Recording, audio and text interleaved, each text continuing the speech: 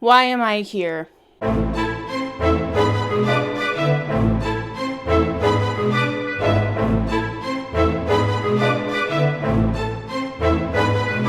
Hi, my name is Hannah. Welcome back to my channel, Hannah Needs to Yell, and today I need to yell about, I thought we all agreed on this. Again, I ask you, why am I here? It is 8:30 in the morning on a Saturday. I've been up for hours getting ready to film, and my poor neighbors are going to have to hear me yell for a little while about something that, again, I thought we all agreed on. You see, there's not much in an ever-changing world of multiple countries and cultures that somehow across all of those lines, everyone is able to agree upon. Little did I know. Turns out some people are more okay than I thought with kiddling and supporting those who bediddle. That word feels silly coming out of my mouth, and now that I've communicated to you what we're talking about today, I'm going to continue referring to that topic that YouTube will demonetize me for by saying petty. Because for all YouTube knows, I could be talking about P-E-T-T-Y, petty, or I could be talking about getting a mani-pedi, okay? But now you and I both know that when we're talking about petty, we're referring to people who are way too affectionate toward children. Now, why am I talking about people who are too affectionate toward children? Well,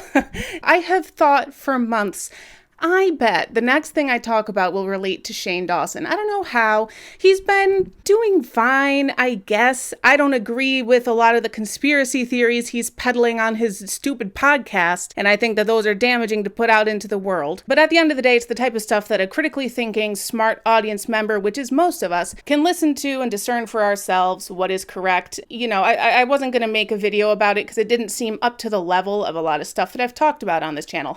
However, then Shanathy makes this community post.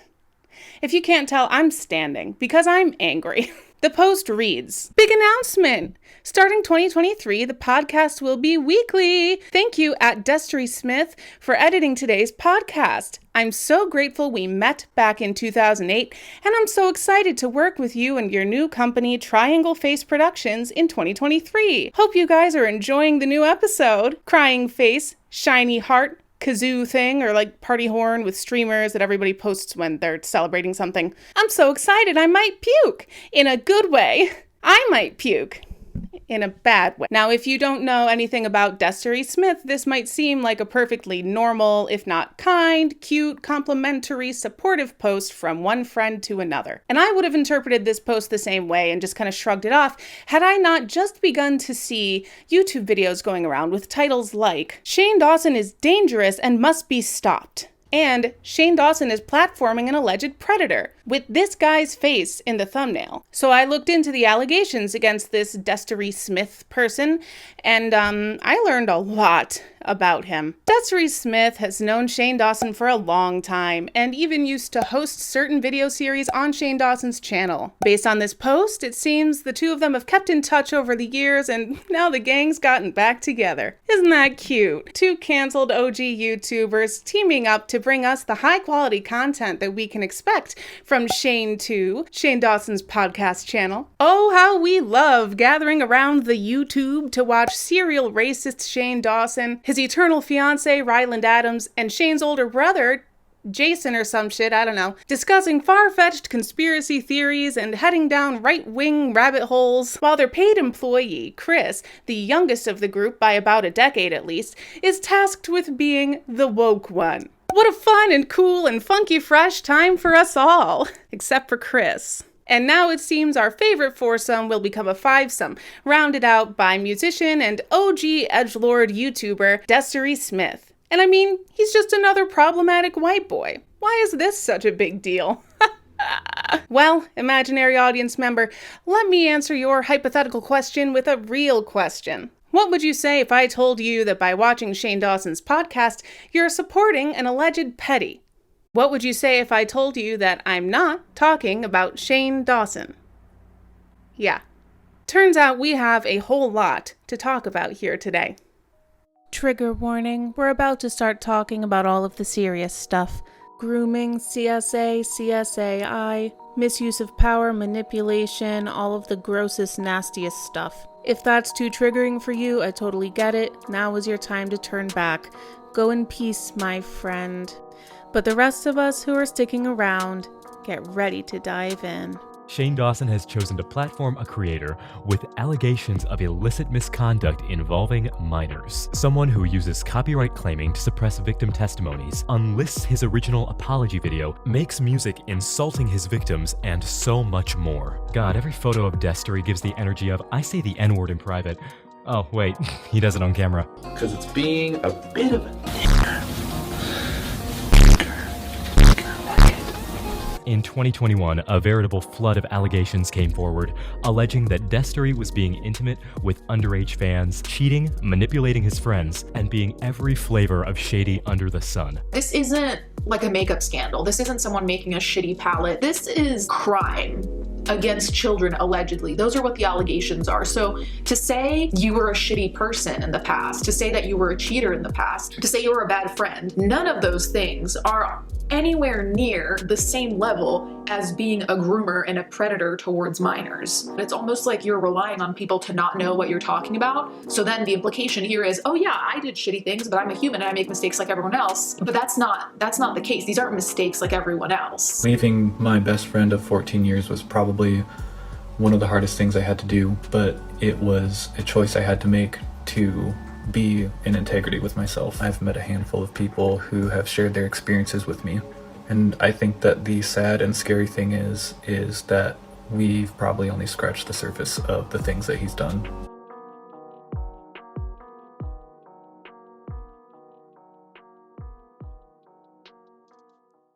In February to March of 2021, Destery Smith was canceled in his community after the most allegations that I have ever seen against a creator came out, with almost all of them claiming some sort of petty type action from Destery. One would think that a man who's about to become a father himself would not want to incorporate into his circle someone who is accused of petty actions, nor would he want to expose the 2.84 million people who somehow have subscribed to the Shane 2 channel to this type of actual disgusting human being, allegedly. But turns out, Shane still has not learned how to use his platform responsibly. And here's the thing, Destery's alleged crimes are his own. I'm not saying that Shane is culpable for what Destery is accused to have done. But after similar accusations were made against Shane Dawson himself, remember, you're known for being I feel like your fans call you a pedophile a lot.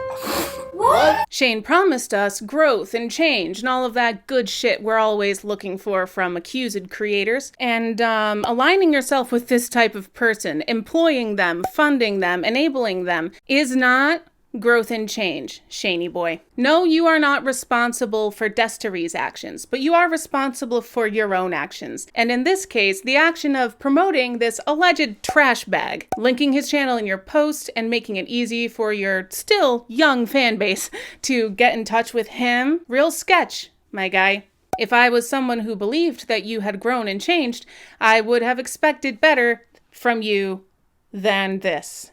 If you're someone like me who is just now learning about Destery Smith, I want you to be able to use this video as a resource for exactly why Destery is so bad, and why I and some other commentators are pissed that Shane is supporting this guy to the extent of employing him and working, nobody ever, this is such a promotional post, nobody puts the name of somebody's company in a post like this unless they're trying to help them get more work.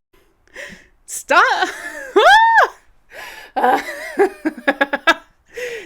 Okay. And it's not like Shane doesn't know about what's going on with Destery. This was a big thing at the beginning of last year, and if they're buddies, certainly he would have known what was going on with his buddy. More importantly, people who saw that post, one would assume his subscribers on his Shane 2 channel, have commented saying, "This is not a good thing, dude. Do not work with this guy. He's accused of nasty shit." And most accurately, as Adam McIntyre pointed out in his videos about this subject, Shane's true first response to all of this was to filter out those comments, but as the conversation has gotten bigger and louder, and more people have been making this point to him, it seems he has removed those filters and allowed those comments to appear on this post. Not sure what that means in terms of him potentially changing his mind. I have very little hope, but it's worth noting that at first he tried to hide this criticism he was getting from his own audience. So as much as I am disgusted by discovering the story of Destery Smith and the accusations against him, I am almost as disgusted by Shane looking in the face of that and not responding, not taking the post down, not reassessing his relationship with Destery Smith. It is truly shameful for the both of them in different ways. We've beaten around the bush enough for now, so here's what we're going to do in this video. I'm going to spend some time laying out the allegations against Destery Smith, which go back, by the way, to at least 2014. And if you were present for his cancellation back in February to March of 2021, this might be familiar to you. But for us who are just now being introduced to this, I want to include as much as I can without overdoing fair use, but I will be relying a lot on source videos from other commentators and people who have told their stories. I will link all of them in the description below so that you can go and see the full versions of them, because they do add a ton of context that I might not be able to get to today. And it's important that these alleged victims' stories are heard. This video is going to be more of an overview of everything. It's not going to probably be the most in-depth version of events, because it's important to me to get this video out soon so that people are aware of Destery Smith and do not try to go find out about him because they're fans of Shane and Shane supports him. So he can't be that bad. Yes, he can, because Shane is bad, remember? Let's dive into the allegations against Destery Smith so that we can understand why the fuck it's so fucking bad for Shane Dawson to be working with this person and promoting him. This is not just an announcement. This is a promotional post on his YouTube channel. It makes me sick. Let's go. The allegations. Before we get into this section, I need to be clear that everything we're about to talk about are allegations. As far as I know, as of now, nobody has taken Destery to court. Nothing has been proven in that sort of factual way.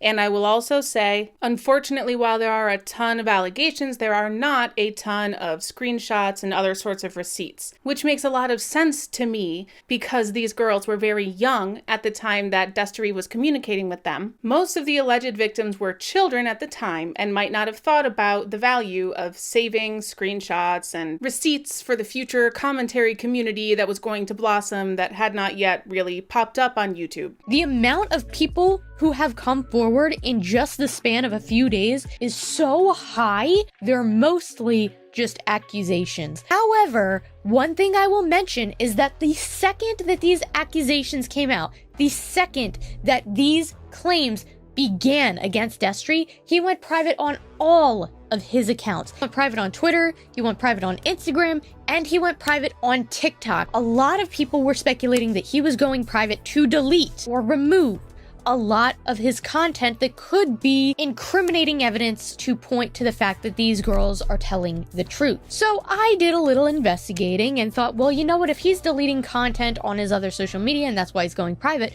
maybe he deleted some things off of his YouTube as well.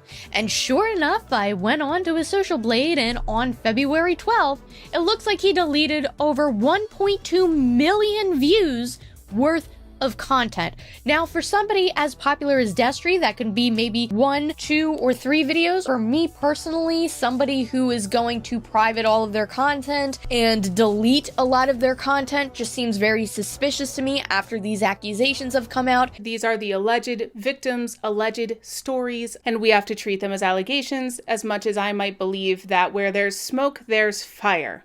All right. Sorry, I'm putting this off because I don't want to talk about it. Okay, get ready. Again, trigger warning. This is about to get fucking nasty. I'm sorry, but it's the nature of the game. Can you see why I'm standing up? I'm just like,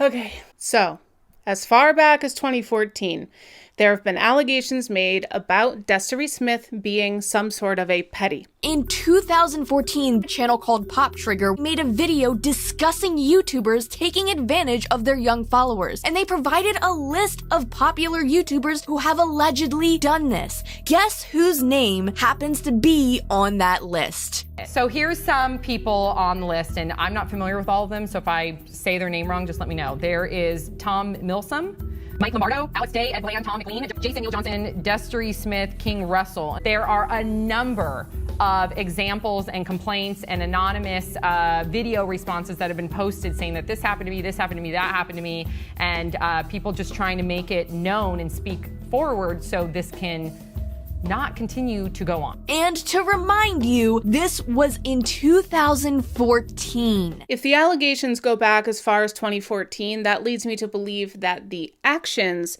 go back even farther than that, because experiences need to happen before allegations can be brought. And a lot of times, it takes a little while before people feel brave and strong enough to voice those allegations. But February of 2021 is when suddenly a ton of these stories came to light, and a ton of people started coming forward, on TikTok especially, telling their stories of their experiences with Destery Smith as children and the sexual things that he allegedly was communicating with them and doing to them.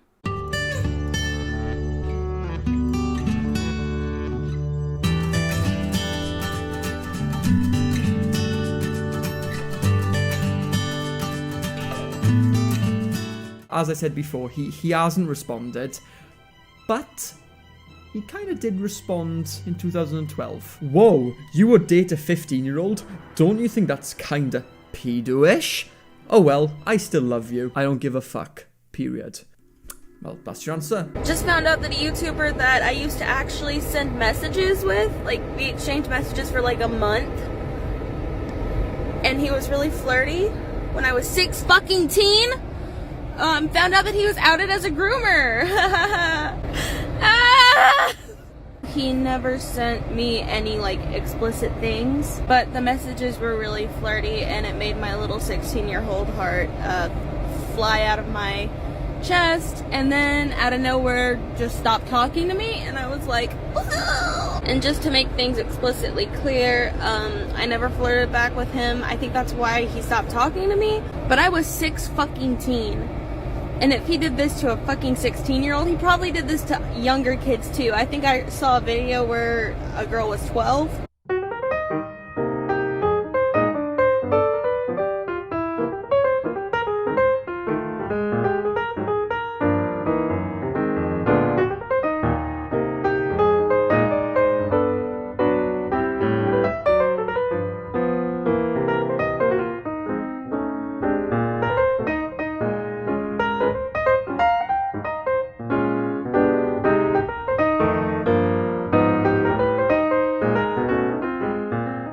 Allegations range from manipulative, flirty conversations between him and girls who were underage. I was probably 12 or 13 when I first started watching Destery's videos on YouTube. It was right when he was first starting to get popular and everything. I looked up to him a lot. Like, I thought he was the coolest. Seriously, I thought he was the coolest guy in the fucking universe. I was a freshman in high school. I was on Twitter, and he had tweeted something one night like, oh, here's my Skype name.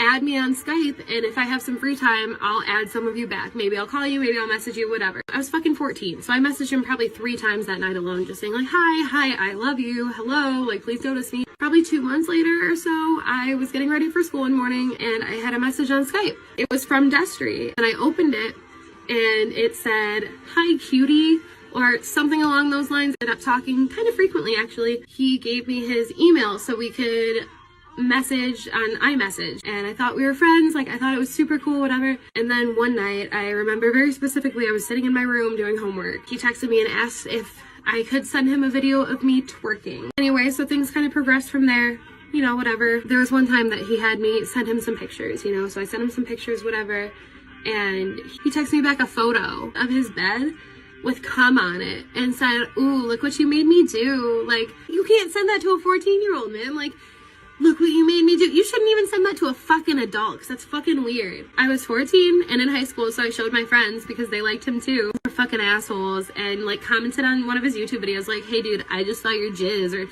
something like that. He got mad at me and didn't talk to me for a couple days. After that, he got a lot more serious on the whole like, hey, you should come visit me, we should meet in person. I live in Illinois and he lived or lives in Florida. I was 1, too young to have a license, and 2, too young to have a job, so there was no realistic way of me getting to fucking Florida. I told him that, and his response was, you should ask your mom to drive you. You really think that me asking my mother, hey, I've been sexting this grown-ass man for a couple months, do you think you could drive me to go and meet him? You really think that was gonna go well? Kind of like stopped talking after that, I guess. And actually, from what I understand, he either was in a relationship or had just started dating somebody when we stopped talking. When I was 13, I discovered Destery, or I was probably 12. And when I was 13, I started messaging him on Twitter. And he started replying. We exchanged, like, flirty messages, and then I sent him, like, nudes and stuff, like pictures of my butt. And then I eventually, like, a month later, I think I told him, I feel bad, like, I'm actually only 13 or 14. I think I lied and said I was 14. But still, it doesn't matter if I was 13, 14, or 15. It's fucking disgusting for a 20-year-old man. A 20-year-old man to receive nudes from a teenage girl. Not an 18-year-old girl, a fucking child. And to offer to fly me out, to stay with him, to have sex with him. I wasn't gonna be there to fucking play Jenga. We ended up talking pretty much every day for a while, and I was young and naive, so I thought that I was special to him. I thought we were, like, on our way to boyfriend-girlfriend, and I had fantasies, like, I had watched him for so long that I would, like, stare at his face and just be like, oh my god, I want to marry him, I want to be with him, I want to be, like, the one girl that's so special that he chooses me, and, like, we live happily ever after together. Anyways, so I started to think that this is where this was going. No. Because I went on his Twitter and his likes, and I started finding other girls that were making it seem like he was in a relationship with them. And upon further investigation and talking to these girls, they were like, oh yeah, he went to a carnival with me and kissed me on the Ferris wheel just last week. And they were 15-year-old girls! Oh my god, it's so disgusting. To taking advantage of particularly young, particularly vulnerable girls. So I added Destery on Snapchat back in, I want to say 2014. Or the very beginning of 2015. I had been watching him since probably 2010, maybe. When I added him, you know, of course me thinking I'm not gonna get an ad back. I was very wrong. I think I got a response within 2 hours, 3 hours, he added me back. I was ecstatic. I was so excited. But little did I know this wasn't going to be anything like how I had pictured it would. So for my first day of talking with Destery, it was a lot of, like, I'm a really big fan, thank you so much for the ad back, this is awesome, I've been watching since School Nipples, which was a very cringy video, but that's the first video I had seen of him, was right after that was released. He said thank you so much, like, it's awesome, sent me lots of hearts, emojis, then proceeded to be very flirty, and I was like, huh? So I was super caught off guard, but part of me was like, oh my god, like, fangirling a little bit. But I was like, there's no way in hell this is real, right? But I knew things were really weird at this point, but I rolled with it. Because I was a fan, and I had been dreaming of this moment that he would finally talk to me. Let alone the fact that I was a 14-year-old girl, 14, who lived in the middle of bumfuck nowhere. I was incredibly ill. I was in and out of the hospitals constantly. I was very, very sick. I didn't have any friends. I was a total outcast, let alone scene queen culture for sure. So this being said, I thought maybe I would finally have the chance to have a friend I could confide in and tell everything to that wouldn't take advantage of me, but I was wrong. And just generally, I didn't think about the fact that he was older than me as much as he was. He was in his 20s. I was 14. I was a 14 ill child. And I thought I was making a friend. Every time we talked, it slowly and slowly started to get worse. He would make comments about me being beautiful or how he wished I lived closer. Just generally things a 20-something-year-old man should not be saying to a 14-year-old. I don't give a fuck who you are. That's a fucking child. I was a kid! And of course, who was I going to talk to? The only people that I had and had the ability to tell were my brother and my now ex. I was on so much medication that I have bursts of time where I don't have a lot of memory. But I have a vivid, vivid memory of one day when I had hair falling out. My hair was being ripped out because they had glued wires all in my hair to my head. I wanted to save myself the pain, and I shaved. I shaved my entire head. And this was a really big deal to me. So I had sent him a picture after I shaved my head of me sitting in the doctor's office. And I just said, hi, like, what's up? We talked for a little bit. And he asked why I did it. And I told him it was because all of the wires pulling out my hair. And he made a comment saying, well, don't worry about it. You're still hot either way. Excuse me? I am a 14-year-old girl who just had to shave her head, and you are more worried about the fact that, like, well, you still look hot. You're a fucking creep. I brushed this off. Of course, I was a little bit upset, and I said I had to go into my appointment, so I would talk to him later. Well, what I got about 20 minutes after we had had this conversation of me saying I was upset and pouring my heart out about being upset over me being ill and having to shave my fucking head, I got that little red square on Snapchat out of the blue. There was no part of my brain that was like, maybe you shouldn't open this. You shouldn't trust this. Hey, don't fucking do it. But I opened it, and I think you can guess what was in that Snapchat. Again, I didn't really reciprocate flirting or anything, so this was out of the fucking blue to me. I then took to Twitter, Instagram, every other social media platform I had, and I blocked any known account of him that I could find. I went onto Twitter and said I do not want to see this user's videos. I blocked his account so his videos wouldn't pop up. When he really started blowing up, it was hard to avoid, so at one point I just got rid of everything. And it was probably one of the biggest heartbreaks I had experienced at that point in my life. It really made me realize that no matter how much I think I can trust somebody, there's always going to be bad people out there. There's always going to be people out there, even if you look up to them, that they're monsters and they take advantage of people. Luckily, I was far enough away from him that he couldn't take advantage of me any further than he did. The most he could do to me was send me inappropriate pictures or ask me for nudes. I wish every day that I would have had somebody I could talk to, because I thought I was alone. I can't express how happy I am that this is finally coming to light, and that I don't feel like I'm crazy and I'm having to block it out of my memory. Being groomed, or him saying these kind of things to you, isn't okay. To the story of Shannon Taylor, who he was talking to in a very manipulative way while cheating on her, essentially. Either he was cheating on his girlfriend with Shannon, or Shannon was being led on and then cheated on with this other girl who's, I don't know the name. I just watched Shannon's video, and Shannon, classy, didn't mention the other girl's name. And that's in 2021. It also ranges to... Sorry, this is a hard sentence for me to say. It also ranges to allegations of him allegedly manipulating. I'm going to read from the page because I can't make eye contact. It also ranges to him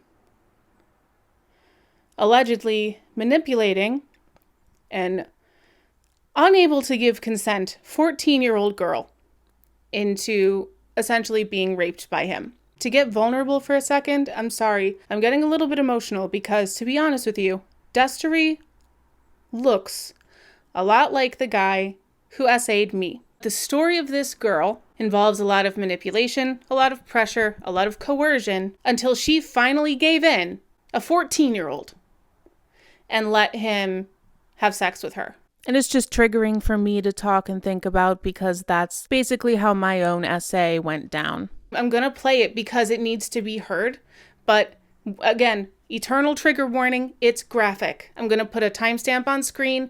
If you can't handle hearing a pretty detailed description, don't watch, skip ahead to the timestamp, okay? Okay, so I was not going to talk about this because it's something that I've just ignored for 10 years, but I think that I should probably say something about it. So I was 14 when I met Destery, aka Captain Destinate, whatever. and he was 20. And I commented on one of his posts, and then he reached out because he saw that I was like in the area or whatever. We talked back and forth for a couple months, and he would always kind of be weird about like just how lonely he was and how crazy, you know, his life was, and he's so lonely, he just wanted, you know, snuggles or whatever. We finally met. He wanted me to come hang out at his house. So I told my mom I was going to a friend's house for the night, and then he came and picked me up and took me back to his house. I walk in, and Nate is there. He was living with Nate at the time. He kind of waved hello, and he was very elusive, and I think that was just because Destery would always bring home random girls, and I didn't know that at the time, so I thought of him as like some mysterious, you know, just roommate. We spent the majority of the time hanging out in his room. He would talk about video games and his crazy ex, which he mentioned a lot. So we would hang out and talk in his room, and then he kind of started, you know, getting all snuggly, and I was getting a little uncomfortable. I had no intentions of any sexual activity because I mean, I was a virgin, so I was just like, we're gonna snuggle and kiss or whatever. But he started getting a little handsy and a little weird, and then he would like just talk about his crazy ex and how lonely he was, and I felt bad, you know? So, and me being 14, I didn't have good judgment, and I was like, yeah, you know, whatever, we can do stuff. And then he, you know, went on about how everybody has to show him paperwork to prove they don't have STDs when they, you know, do things with him. But I didn't have to because I was a virgin, and he seemed pretty excited about that. Okay, the only reason that I was okay with this was because he weirdly kept talking about how small his thing was. Like, he mentioned it a lot, and I thought it was really weird, but I was like, you know, 14, I'm like, hey, it's not gonna hurt as bad, like, sure, why not, you know? So yeah, we did the deed or whatever, and then he kind of just like sent me home, and then we continued talking for a couple months. I probably went over there about 3 or 4 times in total just to have snuggles and sex, basically. We kept talking for a couple months, but yeah, nothing really came of it. We weren't exclusive, but he did take advantage of me, a 14-year-old at the time. Last but not least, there were some pictures sent. You know, knowing who I was when I was 14, I have no doubt that I had sent him photos, and I know for a fact that he has a file of photos of underage girls, and it's just disgusting. So I think, yeah, we need to finally deplatform this guy and just prevent him. I found out he's still doing this, and that's why I'm talking and speaking out, because I was not aware that he would continue to do this through his 30s now. I don't even know. But I've since married and had a baby and like forgotten about all this. So if you are one of the victims, just speak out. There are also allegations of Destery Smith requesting, sorry, now my voice is going to be dead because I just almost cried. There are also allegations of Destery Smith allegedly requesting intimate photos from girls as young as 12 years old. Yesterday, I made a video letting everybody know that the creepy YouTuber I was talking about was Destery, Destery, and he reported it for harassment and bullying. I thought that I must have been the only girl, you know, who had fell into that. But that's not true. Turns out there's literally tens and tens, maybe even over 100 girls that Destery has done the exact same thing to. The entire comment section was filled with people saying, oh, he tried to get pictures from me when I was 12. Oh, he groomed my little sister. Oh, he tried to hang out with me when I was 14 in Orlando. And on top of that, keeping a collection of files of all the different girls that he's gotten photos from, allegedly. I know for a fact that he has a file of photos of underage girls. A Twitter user by the name of Yeshua, I guess, actually posted a statement on Destery, which I found through Deaf Noodles on Twitter. The person who wrote this statement has actually been friends with Destery for over 3 years. I know for a fact Destery keeps folders of tons of videos and pictures of his exes or any girl that's ever sent him nudes. He also used to open his Snapchat and brag to me about the few hundred unopened snaps he had pending, and that they all were nudes. I hope I say this correctly, but Ahoya Lena posted on Twitter, Destery Smith approached me and my best friend when we were 14 years old on MySpace. Destery told me he had a hard drive of nudes he kept that girls sent him, and that he planned on using them against his ex-girlfriends. Like it's some sort of point of pride, some sort of weird, he's a serial petty. He's a fucking serial petty, and he's fucking proud of it. And he manipulates people into thinking that that's not what he did somehow. So he keeps pictures of these girls that he communicates with. And in at least one particular case, when a young woman expressed discomfort with the idea of Destery having these old pictures of her and asked him to get rid of them, he said no. When I was 18 and I was naive, I did not send like photos. That's not my thing. But I did send like kind of suggestive photos. And when I was 20, maybe 21, they were sent back to me from when I was 18 years old. So they'd been held on to for 2-3 years. And when I said, please delete them, I don't feel comfortable knowing you have them, we don't talk anymore, like I really don't want you to have them, I was told, no. They are in a secret place that no one will ever find them. I'm not deleting them. First of all, why should she believe your ass? Second of all, is this some kind of blackmail?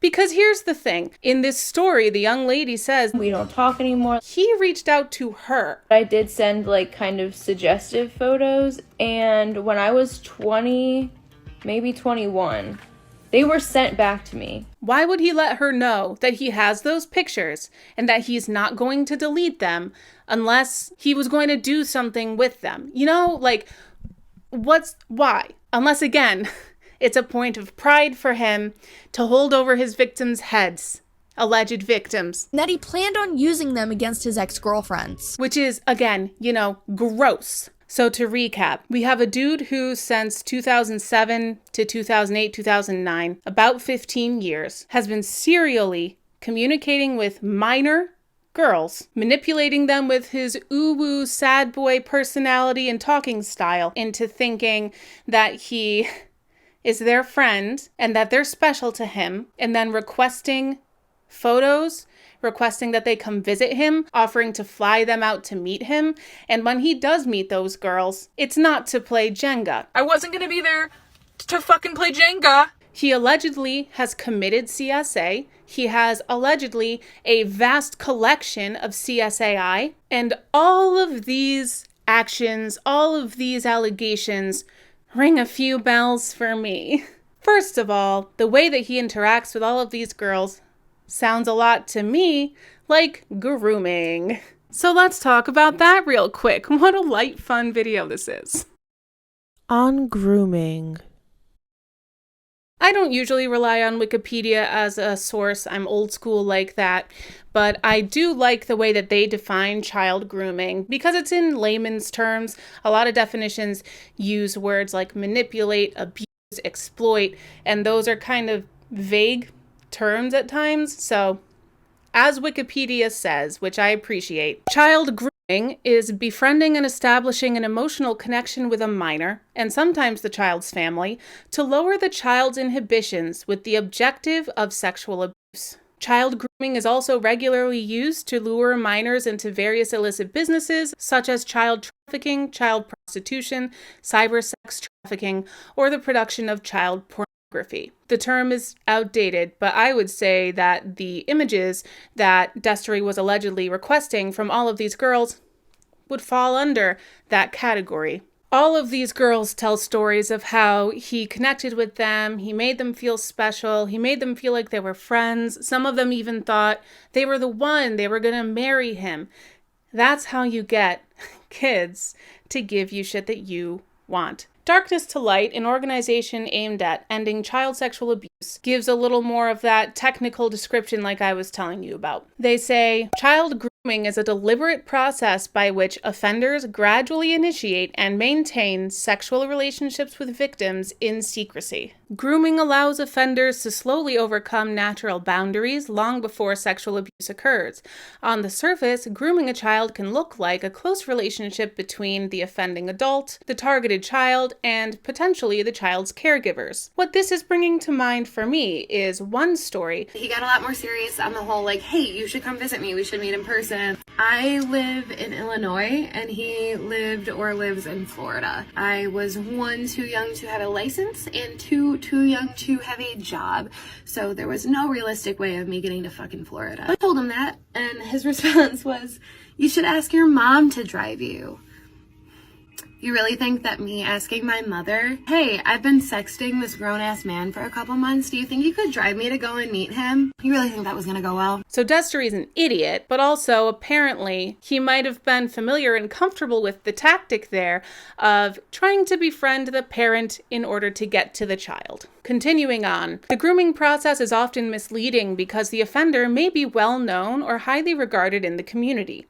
As a result, it's easy to trust them. Welcome to the world of online influencers misusing their power. We haven't even talked about the parasocial relationships, the influencer-fan relationships. When that relationship moves from a parasocial relationship into an influencer-fan relationship, the dynamic changes to that between a boss and their employee. To recap what I said in the James Charles video, the way that you want to please your boss in order to stay in their good graces so that they don't remove something valuable from you, meaning your job, and thereby your safety, your security, your ability to support yourself and your family, etc., is the way that audience members try to stay in the good graces of influencers who start talking with them, because they don't want that valuable relationship that is suddenly opened up with somebody that they admire so much to be taken away from them. So they're much more likely to do what an influencer says, even if it feels wrong, and especially if they are a young and impressionable child. So if these allegations are true, the stories that these girls are telling, I think it absolutely lines up with grooming. And all of this brings to mind a larger conversation for me that I'm going to dub the adultification of kids. Grooming is bad, we know that. But I think that we also make kids a little bit more susceptible to grooming because we don't talk about it, because we don't point it out clearly, because, you know, it's an effort to protect the children from learning that there are creeps out there. But in the process, sometimes by not knowing that the creeps exist, they end up getting taken advantage of by the creeps. I think that we also kind of mold and play into this culture of kids wanting to grow up too fast. Ever since they're in kindergarten, we're asking them what they want to be when they grow up. We're telling them that kids can do anything. Don't underestimate kids. When they become teenagers, the TV shows and movies that are aimed at kids are very, gritty, and they're supposed to be like realistic reflections of life and what kids actually go through.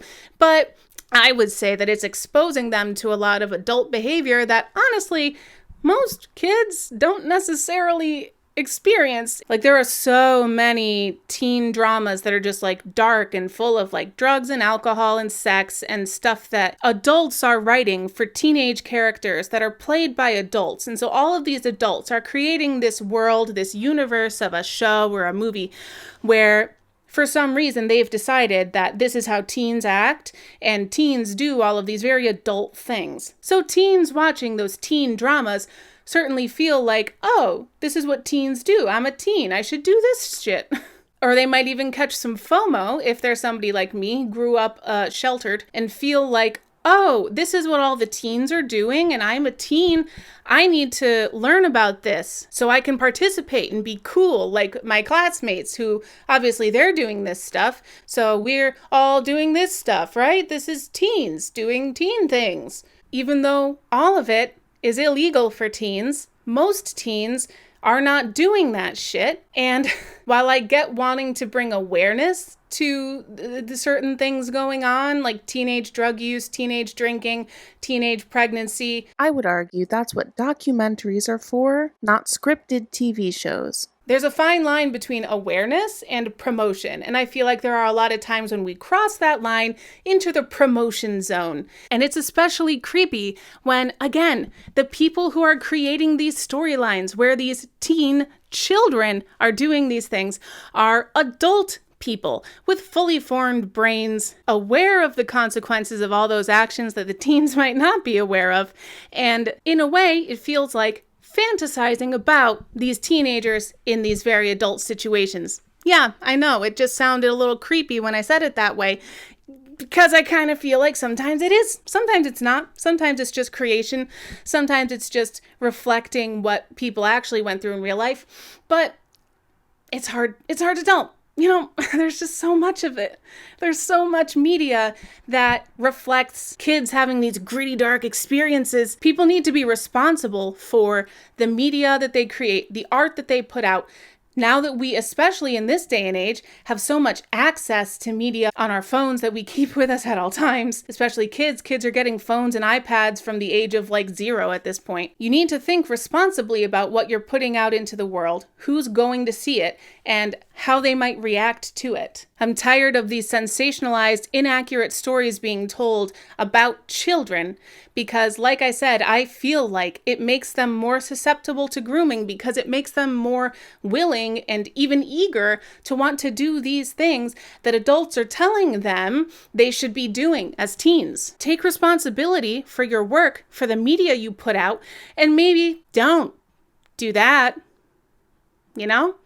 Maybe do something else. I'm not saying it has to be SpongeBob SquarePants. I'm not saying it has to be like cheesy and Pollyanna and completely avoid any of those like harder subjects, but there are ways, again, to address those subjects without glorifying them so that we can have awareness without having promotion. You're seeing these things through the eyes of an adult. Imagine seeing them through the eyes of a 14-year-old girl who's in the middle of puberty, who's very focused at this point on growing up, getting older, because then she'll be free and she'll be able to do whatever she wants, who's been influenced by 16-year-old Ariel, the Little Mermaid. I'm 16 years old. I'm not a child. Surrounded by empowering children's narratives. And this is the thing, like, I want kids to be empowered and individuals and expressive, and I want them to be supported in their critical thinking and having their own opinions and growing as individual people.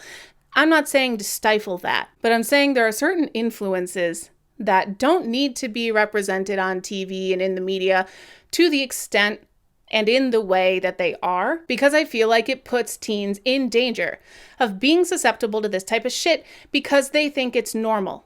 They think it's teens doing teen things, and I wouldn't blame them for thinking that. And along those lines, let me show you a point made by Tamimi, a former mega fan of Des and Nate, but especially Destery, about making inappropriate jokes on a channel that was definitely making content for kids, aka teens, because teens are children still.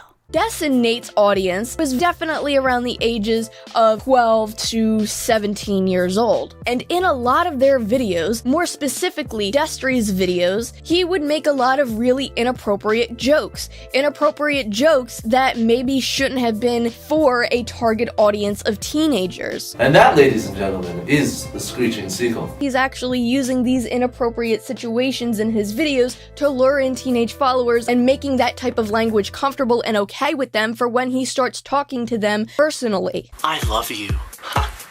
I just think that the more you say it to someone else, the more you just rock in life. One last time. I love you. Oh, you didn't hear me? I love you. What a creep. No, but I'm serious. You can seriously have like 20 friends over right now, and I really don't care about them. I care about you. I want your babies. What? I'm a little bit embarrassed. It's totally not me. That's neither here nor there. It's right here. I just wanted you to know that I love you. If you're ever down in the world, you have me. If your boyfriend hates you, if your girlfriend hates you, if a squirrel that you randomly see on the street is just like, I hate you, then you have me. That's all you need. And Tamimi's not making this shit up.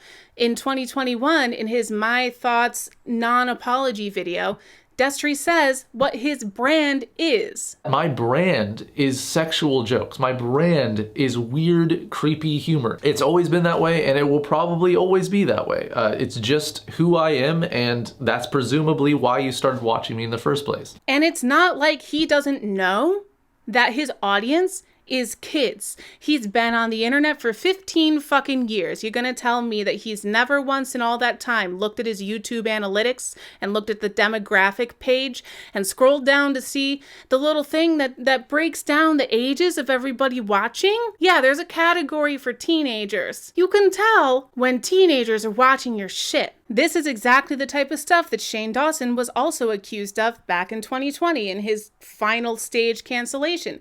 So I'm not so fucking surprised that they're buddies and Shane is supporting Destery. It reveals so much about how Shane sees his own wrongdoings. If he can't even see the wrong in Destery, who has truly the most allegations against him out of almost anybody that I've covered. The only comparable one is James Charles, and we're going to get to that in just a fucking second. But there are so many allegations against Destery, and Shane still feels comfortable not only working with him, but promoting him on his channel. It just reveals a lot about Shane and his lack of change and his lack of growth and his lack of responsibility that he's taking for his influence, even in the year 2022. To be honest with you, I kind of see it as Shane giving a big fuck you to everybody who accused him of petty back in 2020 and previous cancellations. Kind of like he's saying, oh, you think I'm a petty? Wait till you see this guy. Or it might be a way to stir up more drama around his name, considering that he just announced some new stupid documentary collaboration thing with Jeffree Star. Shane Dawson doesn't have a channel anymore. He's just like the personal documentarian for Jeffree Star. It's a little embarrassing at this point. Anyway. Normalizing these types of jokes for kids so young also normalizes the concepts for kids so young and normalizes the actions for kids so young. It desensitizes kids to these concepts and to these actions before they are fully capable of understanding the consequences of those actions. And there's a reward system there because when they express familiarity with sexual concepts, they get called cool and smart, and you're so mature for your age. The kid has completed the mission of impressing the adult, and the adult has completed the cycle of grooming. The moral of this section is, we need to stop trying to make kids grow up so fast with our media. Not because I'm trying to be prudish, but because the more we introduce kids to this shit before they're literally mentally capable of understanding it, and all of its impacts, physically, mentally, emotionally, psychologically, the more we make them susceptible to groomers. Yes, groomers are the bad ones doing the bad thing. It's not a TV show's fault that groomers exist. But if a TV show sends a message that makes a kid more likely to respond positively to a groomer, I think that needs to be reassessed. And the adults who write these stories about teens need to be more responsible with their platform in movie theaters and on TV, and stop pretending that there is absolutely no consequence from the media that is shoved down our kids' throats almost 24/7 in this day and age. And it goes beyond even what happens during the relationship and the conversation between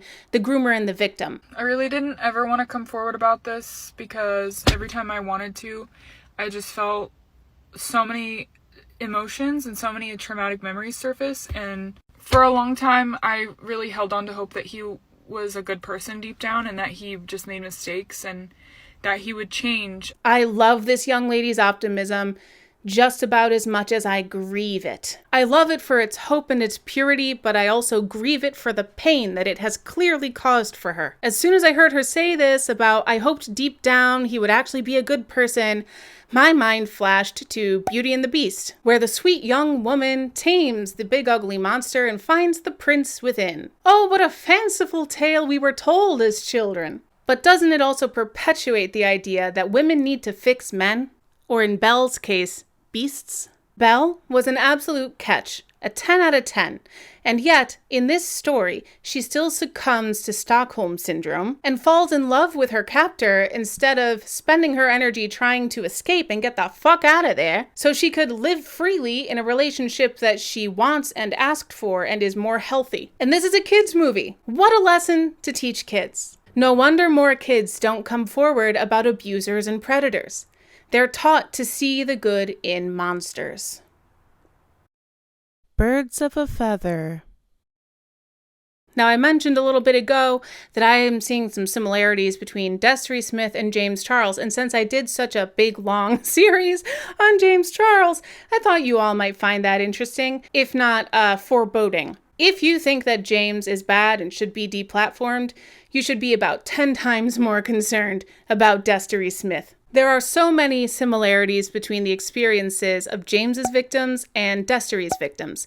You can check episode 2 of my James Charles series for so many testimonials from victims of James Charles. But between that video and this one, you should be able to see the commonalities. Both Destery and James like and flirt and go after young, or at least young-looking people, initiate the conversation with very forward and flirty texts, use Snapchats to exchange nudes with minors. So hey, Snapchat, you want to get your shit together? 'Cause holy fuck, dude. Both of them have offered to fly their alleged victims out to meet them in person so they could engage in alleged crimes, crossing the clear boundaries that people have set for them, and manipulating people in a variety of ways, most of which only young and inexperienced people would be susceptible to. They also have some similarities in their apology videos, one being the inclusion of this sentiment. While I can't agree with some of the things being said about me, I'm also not completely innocent in everything. I recognize that although I was not guilty of what I was being accused of, I was not innocent in general. And the other being the lack of an actual apology. In James Charles's May 2021 video, he did not apologize to his actual victims. He apologized to his team because they've been so hurt. But he didn't apologize to the people he allegedly victimized. And in Destery's video, which is only 4 minutes and 48 seconds, he also did not apologize for his shit. And at this point, I realize that while I've referred to this video a couple of times, I haven't really described it fully, so let me do that for you for a minute. Destery Smith was exposed by a flood of alleged victims in February of 2021. He waited about a month, and then in March of 2021, he published this video called My Thoughts. He published it with the comments off, giving this explanation as to why. I disabled comments on this video simply to prevent people from fighting in the comments. The last thing I want to do is to spread any more negativity than has already been spread, so please understand the purpose in that decision. Oh my god, what a nice, sweet, good guy, so moral, not wanting to put more negativity into the world? How could someone like him have done anything wrong? I think that's how he wants me to feel after saying that, even though, in the face of all of these allegations, he can only come up with an apology video that is less than 5 minutes long, did not include an actual apology, did include some vague denials with no receipts or proof, and basically it was him putting on the nice guy act and utilizing the same manipulative language and behavior that he certainly used against the girls that he allegedly victimized. And I get that he's used to talking to children, but he failed to realize that that kind of manipulative language is only effective in manipulating kids, not adults. Little bit of a learning curve for you there, eh, buddy? Anyway, let's take a look at what he was able to come up with in response to, again, multiple allegations of petty and CSA and hoarding files of CSAI. It better be good, right?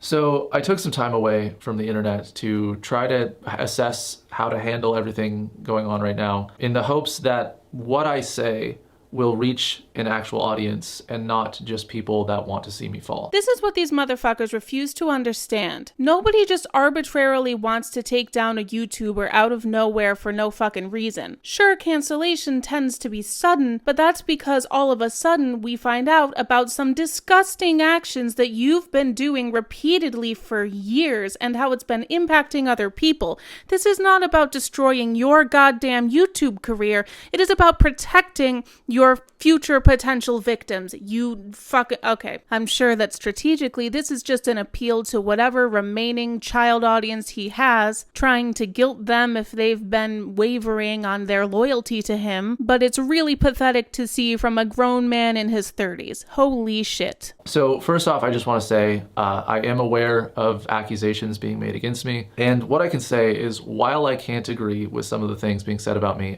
I'm also not completely innocent in everything. There are obviously two sides to every story, and especially the ones that I can personally take accountability for. No. That does not work when you're talking about you, an adult, interacting with children. There are no two sides there. There is one adult being gross and a child being manipulated, allegedly. End of story. So what I can and will admit to is that I used to be just a terrible person. I was a big piece of shit. I have been very vocal about the fact that I was a big piece of shit. It has never been something that I've ever tried to hide. So this is interesting. Are you saying that your petty actions did happen, but they were a part of your past and you've gone to extensive therapy to get over that? Tell me more. In fact, my mom will be the first person to tell you that I was a terrible person. Why are you bringing up your mom in an apology video? Oh, because your young, impressionable, angsty teen audience will heavily relate to not having mom's approval. Oh, what a sad boy. He was born bad. Even his mom didn't know what to do with him. Oh, how my heart hurts for this pathetic 30-something-year-old man. I was a liar, a cheater. I was a giant man whore in my past. Hold on, what did you just say? I was a giant man whore in my past. A man whore? A man whore? You think this is about you being a man whore? Poor Dixie, I just yelled so loud that I woke her up. How dare you reduce this situation to that? You know damn well what people are accusing you of. And it is shameful deflection for a, again, 30-something-year-old to sit there in your beanie and look all sad and pretend that these were all consensual relationships that you had with these young girls, allegedly, and you're just getting in trouble for cheating. After his whole two sides to every story bullshit and this line, honestly, I don't think that we need to listen to the rest of this god-awful video. If you personally really want to see it, I will have it linked in my description among my sources. However, you won't be able to find it publicly. Yeah, buddy boy over here decided to unlist it. Don't we just love it when influencers fuck up and then try to erase it from the YouTube community memory and pretend that nothing happened and nobody knows what happened? What? There was no scandal less than 2 years ago? God, what a disgusting cretin. Anyway, the whole reason I asked you to suffer through those god-awful clips, thank you so much for doing so, by the way, was to give you context for this larger conversation as we're comparing Destery to other influencers who have been problematic to say the absolute least. And before taking this little side trail, I had just mentioned how Destery in this apology video, as I'm sure you can imagine, did not apologize for his shit. Instead, he pulled a Shane Dawson. So this is when we get to compare him to his old buddy. Shane Dawson's infamous 2020 apology video included a whole lot of, "I'm not that person anymore," just like Destery's video in 2021. Even though, as you'll hear if you watch Shannon Taylor's video, at the same time that he put out that video, he literally was manipulating a young lady to come out to see him even though he was in an open relationship with somebody else and she didn't want to be in that, and he was still trying real hard after she said no to psychologically manipulate her to come on out and basically be in a threesome that she was not interested in being part of. At least there was some plausible deniability with Shane Dawson because his shit, at least from what we could tell from videos on his channel, was a lot older. But Destery was continuing to do stuff so recently. And since we're talking about Shane Dawson again, it's time to circle back to him and his responsibility in this whole thing. I get that the two of them were content creators from back in the day, almost 15 years ago. God, you would think that they wouldn't be famous anymore. I get that they're pals and they used to create problematic content together. I get that there's probably some kind of trauma bond that goes on between the two of you being canceled for essentially the same things. But again, it reveals so much about how Shane looked at his own past, by how he is willing to, in this day and age, when he's trying to rebuild his own image and convince us that he's changed and grown, he is still willing to not only employ but promote this alleged actual petty who allegedly not only messaged kids and messed with their minds, but also allegedly physically did things to them. If he can't see the wrong in Destery and feel the need to distance himself from Destery's alleged crimes, one can only imagine that he still to this day does not see what was wrong with his own shit. Destery is disgusting for doing the things that he did. He should be in jail, in my opinion, if all of these allegations are true. He's extremely lucky that they can't really be proven true because there are all of these individual testimonials and experiences, and there are not a lot of receipts to go around. But holy shit, as bad as Destery is, Shane Dawson, As someone who has tried to give you some room, give you some grace, give you some space to grow, I honestly feel that your promotion of Destery Smith is one of the ugliest things you have ever done. Truly, you should be ashamed of yourself. You should keep Destery away from your young audience, and once you have your own kid, you should keep your child away from that man, especially if they're a girl. Allegedly.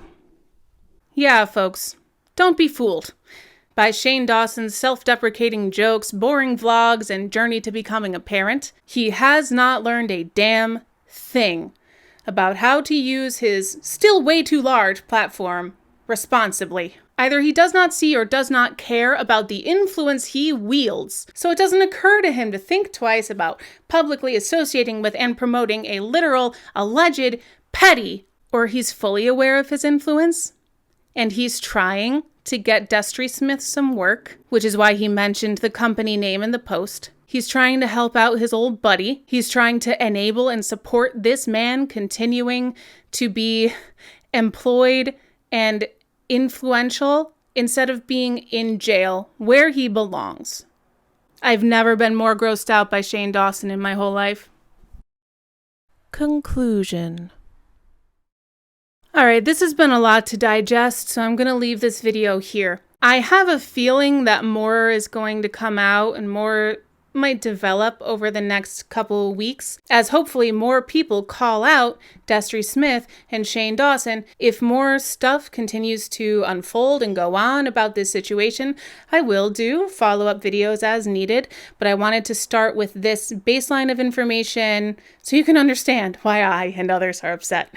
Please let me know your thoughts on this in the comments below, but most importantly, share this video, visit the creators' videos in my description to see the full stories of all of these alleged victims and to see their other great commentary on this story. The more these videos get viewed, the more the algorithm is going to boost them, the more people are going to find out about what a shitbag Destery Smith is, and Shane Dawson by proxy, although rather purposefully, in my opinion. I gotta go so I can edit this video and get it published as soon as possible. I'm having surgery on Thursday, so hopefully I can get it up before then. After that, I will be out of commission for a little bit, but I'll always be in the comments, reading, responding. I love you guys. Thank you so much for watching this video. It's a long one, it's a very tough and a very heavy one, but it's worthwhile sometimes to hear these things so that we can spread the message. That's what this is about. Holding people accountable, but also, more importantly, protecting potential children from coming into contact with such a predatory, petty man. Before I go, I'm very emotional right now, I'm sure you can see, and I'm sure that this video has made you emotional as well. And I know that I just gave you a call to action to share this video and share this message, and I think that it's important to do so. Before we do, let's take a second to breathe. I'm tempted to say that we are watchers of these situations, and indeed, I would be shocked if anybody who had met and interacted with this man watched this video. So anybody other than that has not met this man, has not been traumatized by him, we can listen to other survivors' stories and feel for them and do something about it by spreading the message. But then we can let it go. Then we are watchers of these situations. We do not need to absorb the toxicity of Destery Smith into our minds and hearts. It's okay to protect yourself. It's okay to acknowledge that other people are traumatized and hurting, but still protect yourself, because when we are protected, we are more able to help those who have been affected. So let's take a second. Breathe out the toxicity. Breathe in positivity. Allow yourself to feel the feelings that are brought on by this video. Then center yourself. And remember the privilege that we have, that we are able to walk away from this video and feel peace. Thank you again so much for watching this video. It's important to me, and that's why I'm rushing to get it out so that you can see what I've seen. Now, please go in peace, my friend. Peace be with you, always. Bye.